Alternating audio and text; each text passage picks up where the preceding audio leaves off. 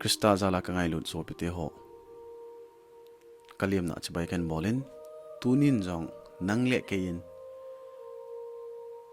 Pathen thua ikaulim dik kanomin nikhat hi ka YouTube channel a ka video a comment khat kamuin ku kite pau ai lo le thado pau he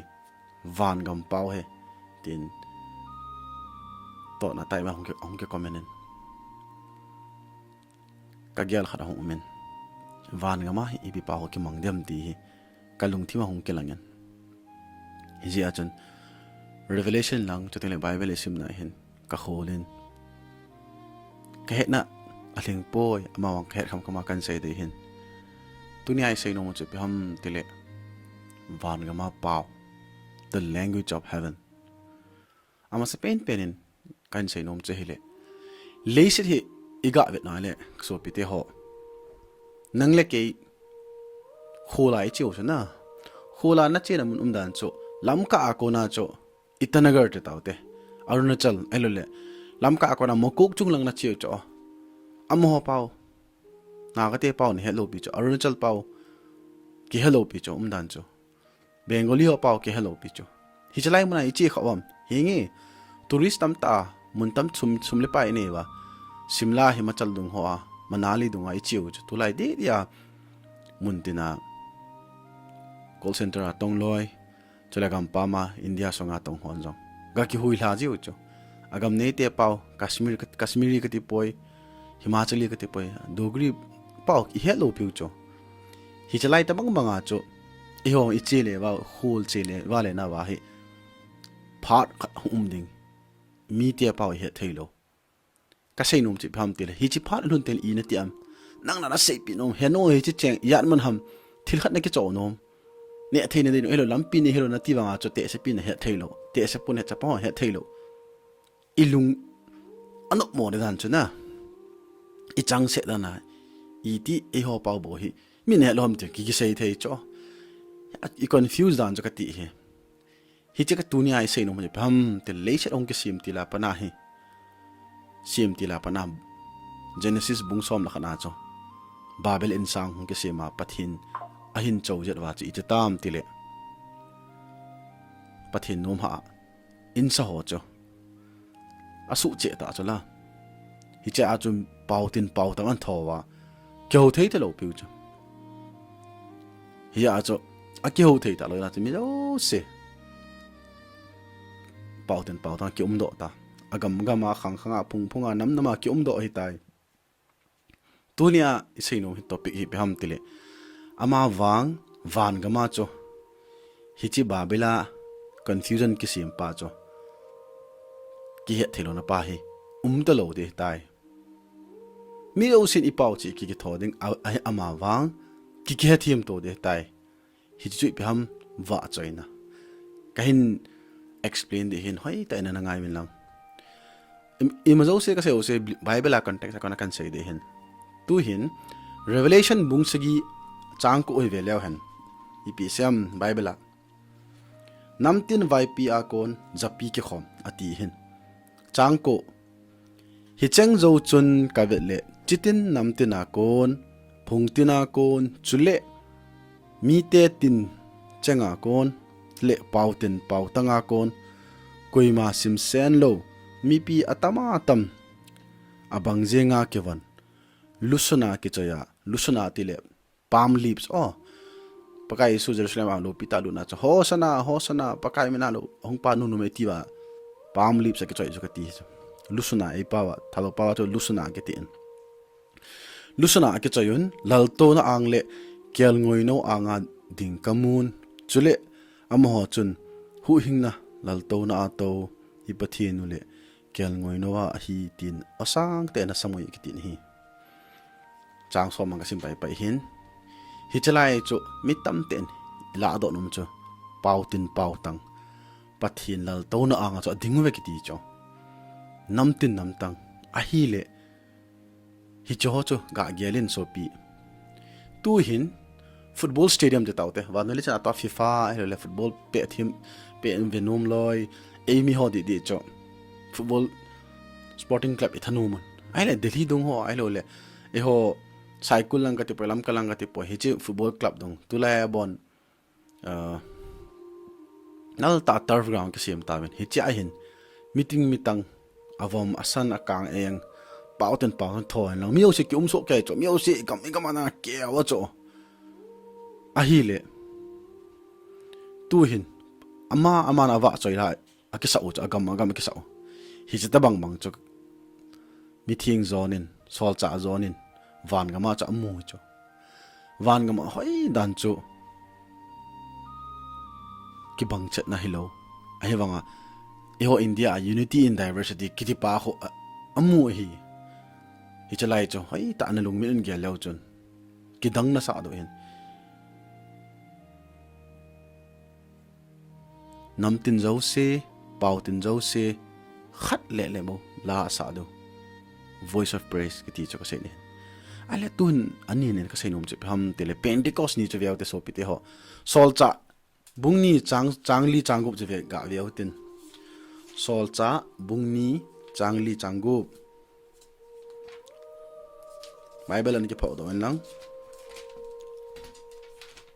sol cha bungni changli le changup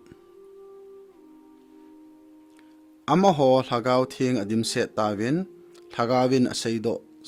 aseido sa bangun pau chomin thu asei pan tawin hi changu chin chu hugin chu akiza pha chun mi pi ahong ki khomun ami te ki min ama pau cha thu kise aza je chun alung kichi lai jengun hi ya cho English ase all of them were filled with the Holy Spirit and began to speak in other tongues as the Spirit enabled them to lahi lagau thing khang he pathin lagau thing khang hin hizia chu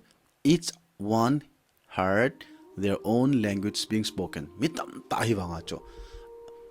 pauten pautanga pawanga chu ama paudana akizau hi chalai chu ka sei no hin Pentecost hi VANGAM dinga rehearsal to bang hi chu thagau thing hungkuma chu Galilee a ngaman mi ho chun ang pau phara chu a her kha lo bi chu pau ho chu amo denga gospel thu chu foreign language to bang chu ai wanga chu amo in hi chi pau chu an zau ta chu hele amo pau chu ke ta chu la VANGAM hin English pau ke mang loading Greek pau ke mang loading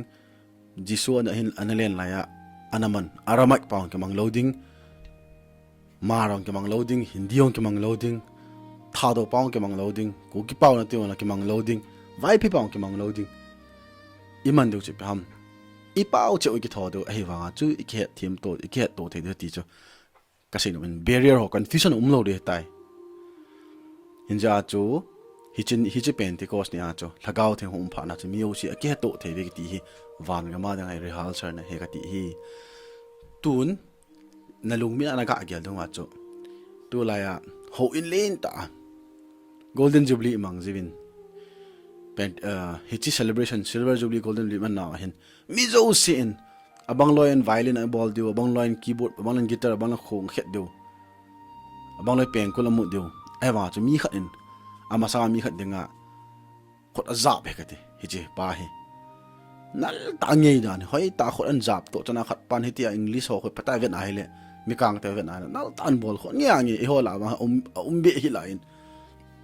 yung thep do hin e wanga chu symphony hi inga ya hele kam khang to ho lung se no min VANGAM o bang sengin hi chelai ka sei no chu ham tele azo si ngei ta ai ding Jesus Christa chu e ho dinga laza pa conductor pa ta bang he Sopiteho ai la thum na sei no chu ham tele VANGAM ma chu pau chu wa choi na pau he de he wa choi chi itilang ma wa choi do ham ti chu kan sei de hin revelation bunga changsom la thum hi ve lewa hen revelation bunga changsom la thum ki pho do wa hele ane ve nang revelation bunga changsom la thum chu in wana leya leinoya chule tui khang lena thilsiam zo sin chule chu che hol a cheng sin a hi ti sayu hi o hi kazai lal to na to pa le kyal ngoi no chu pa chat le choi a chule lo pi na le thunei na vai po aton sot gain changjing hen ati ve pathin thing sim na pathe bo pe hen his English a say ai le to him who sit on the throne and the Lamb of to be praised and honor and glory and power forever and ever ton sot gaya hizia chu van gama chi pi pau ke manga tam inja ka se bang English hello di Hebrew ong hello di Greek ong hello ding tha dong hello di Hindi ong hello ding ama wang wa choina pau ke za de hi pau chi pi pau ham ngai lut na pau athing holiness chuting le thudi na pau ging de hi chu illustration as ka sei no ma na lung min an ga gyalun lang mi tam den tu lai golden jubilee a chon gam hang to te taute elo le ho hi delhi an kai ta delhi a hin la sa na kwer kham ta hi che kwer hin English ta jang Korean ta jang kolho jang Spanish jang mar jang mizo jang na vai phe jang tha do te hi ti a chu mi tam ta ki cho na ka te ki ai le mi yo si hin la an cha cho pakai chu jisu chu pakai hi Jesus is Lord tiu chu e ho pa cho tha do pa cho jisu chu pakai hi chu hindi pa ai pi sham Isho masya Bhagwan ati cho dan cho ito banga cho isay bang wa cho amo khat tai langa inga ya le ki khelo ewa ilung thimu hin lagaw ni pi je na cho van gama cho abil ko le aki jato lo ta cho alung thim wa he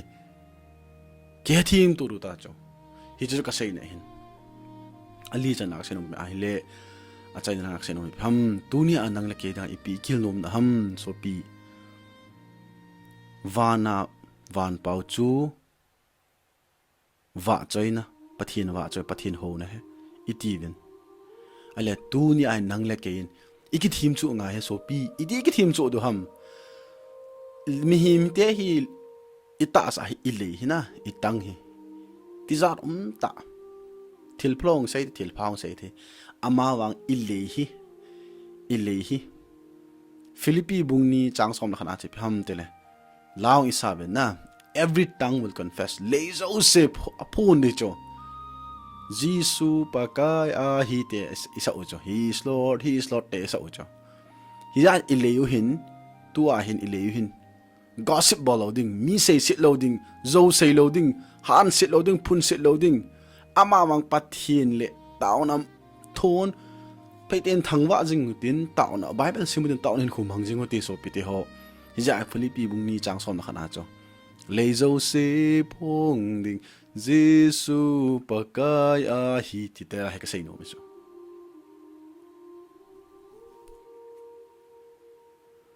to a hi ka Sopiteho he thiam the na ka sei no pham tele suppose nang le ke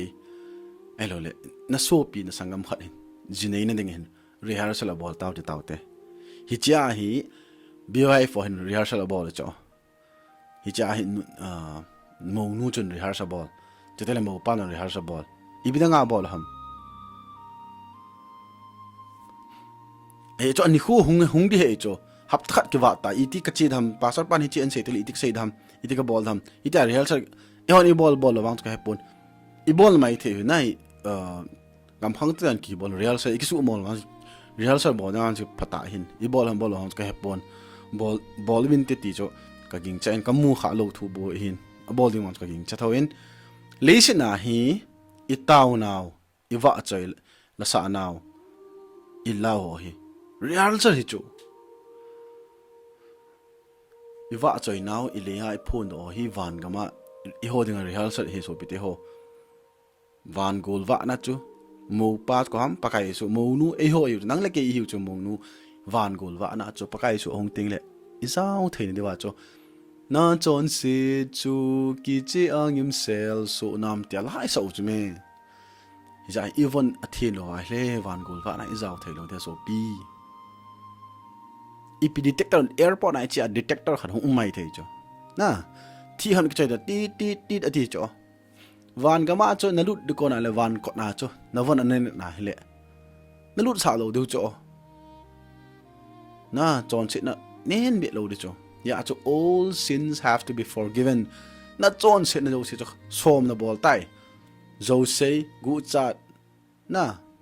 phat lo i ang nan cho mi han set ke then lang doi choi milim ho hitin el tol gol lo bol hi cho la hi na mi hin ya chon som la hin ko jen hi nanga tai pakai nanga ding ka ki be do tai itiu hitin ko jen nen hi ki pela taw te bol te pote ama wang a chai na khalele na so piang phat na lo gol pa khat pa chun sum na pi lo ham ji hello le loi pa chun nana vo kap je na chun nangai dam thailo khat um hen lang le na sum na ka na si ron ji a cho adang ma chun na bol te lo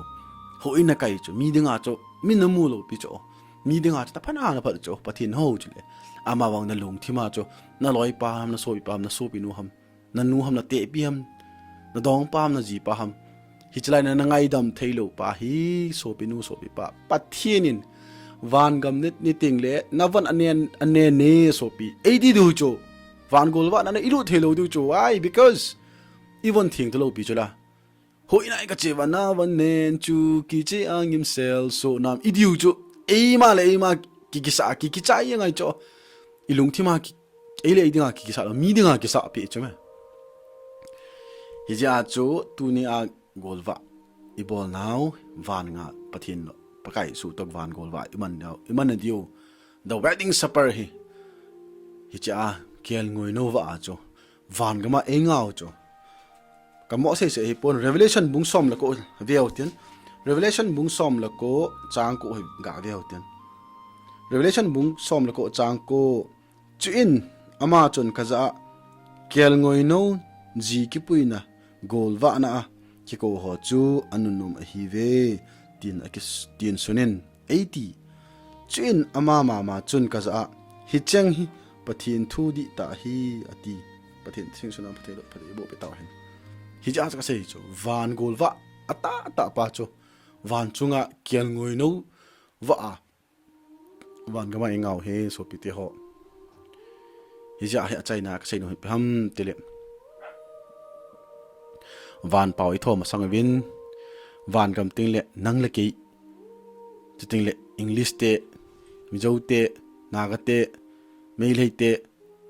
hindi te iket thim du tai koi ba confusion am to loading koi ma cha anam aphung atin chang tana ki khen to loading pau khat lung khat nam khat a hitia hin wa choi no obo ging de tai Sopiteho hi ja hin tun nang man na le hi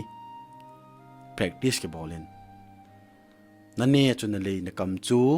pakai a nga ngai dam ki thu min na le na ga ki pe sa de bo ki wa de ta cho so pi na le ya pakai ne ngai dam na tia chu ti le chun injo a ka sei pa cho injo a ka sei mi zanel ho chu the great multitude ka ti pa cho hi cho a ko na hi nangma nong zau de ta cho hi lai ka sei cho ya chu it me say sit now me imu sit now hi che pa he tu lai di dia he Christian khat hiu ai banga e ho sung ki ka long hi ikini lu cho na atha do ten ku ki munom lo ku ki ten marte munom lo marten pai to munom lo hitia ku ki zo chat council ai ta zo mi pa ta ki mu me le tan ku ki munom lo hitia ige bung khen gam hatai ai le ga agel mo Sopiteho pastor khat hiu cho reverend khat hiu cho ga agel tang e ho in bon isopi ma zo ho ki munom lo pai te ho ki munom lo dan cho mi zo na ga te ki munom lo me le te ki munom lo chu ga agel tang hingi situation chu I understand but ama wa na lung thima mi na the lo de he so pi ila ka sei cho pathina van gama lu ding chu mi hlom chakhat bo hi cho aki ko mi tam ta in than do ding mi hlom me ka ti lai pa chu hi je hin e hon I pau manu ting le chon se na pau manu mi sei se loading chu ting le zoa ko na hi chu tel khep khap thi ko na mi ngong dayong dai lo yong yeng bo loading zong bo zo sei loading tu ni apan van pau ki hotin ngai dam jisu anga ngai dam ki thu matin chuting le mi na hing na kom na bol khil mal he o boy ka bol khil ta ni ngai dimin iti ngai chu thuta chuting le wa chaina chu hi cho hi ikithip chu ting le vangam aung thun ting le jisu christ hong ting le abai sai de chu ya chun e chuni khating le pathin anga nang le ke pakai lal to na nga idente te du he sopi tu lai mi tam ta hin ki thidinga ki king chei lo cho ki he cho ai wanga hi chi the real fact the truth is cho tu lai youtube ads tv ads dong ho mai hoi ta mi hin na ding ne thi tam ta hat na hoi na thin brand tam ta an sem ama wang thi na ko na iti hin do tham tu koi chan tu ni chan ya asim thei nai lo because that is the truth the reality hi cho thi na ki di he mi yo se chang ni achi wa mitin achi no kha mitin hija senum pian ka senum ham tu nia nangin na hin khumandan ni khale le khabung ki phong de cho na chan do se jisu krisan anga nangman ngai dam na ki thu ma hele hi chalal to na nga thiam na chan de he so pi hija achu the great multitude na mi zanial mi tam ta sanghol kang ke a lo achu pangote tejin hi chala lusuna pam na do choi hola chun jaw go te ten ka ti he so pi hija tu nia ke tim nom naw he WhatsApp group dong ho a pathin thung ki suna hi ti ho aphamo poi so pi amma wang hi chi ho thu le le a hi na hin khu na lagaun khu hal zo lo ri chu pathin du isim wa hele pathin in e ho pi pakai ka hin khu a hi chi bible chang hi chi kan sim de tan Matthew par revelation tu ni New Testament kan sim de hin nei ho pin ka lagaw hin kho nei ho pin tin taw te so pi Christian khan nei a vangam na lut dinga ni ke gela hele lung se ten bible sim jingin lang pathin hingin taw jingin so pi hi chu kan achai na ka sei pi hin bible chang revelation bung sagi chang som hi chi hi ka se ya ka nga de tan revelation bung sagi chang som chule am ho chun hu hing na chulal to na a to ipathinu le kial ngoi nowa a hi tin osang te na samui salvation belongs to our God who sits on the throne and to the lamb pathinin tunia isei do zo seo azo se din azala nemal som pe taw hen muntina ka sopi ka sangan bon 7 suntin chabai zanten mang pha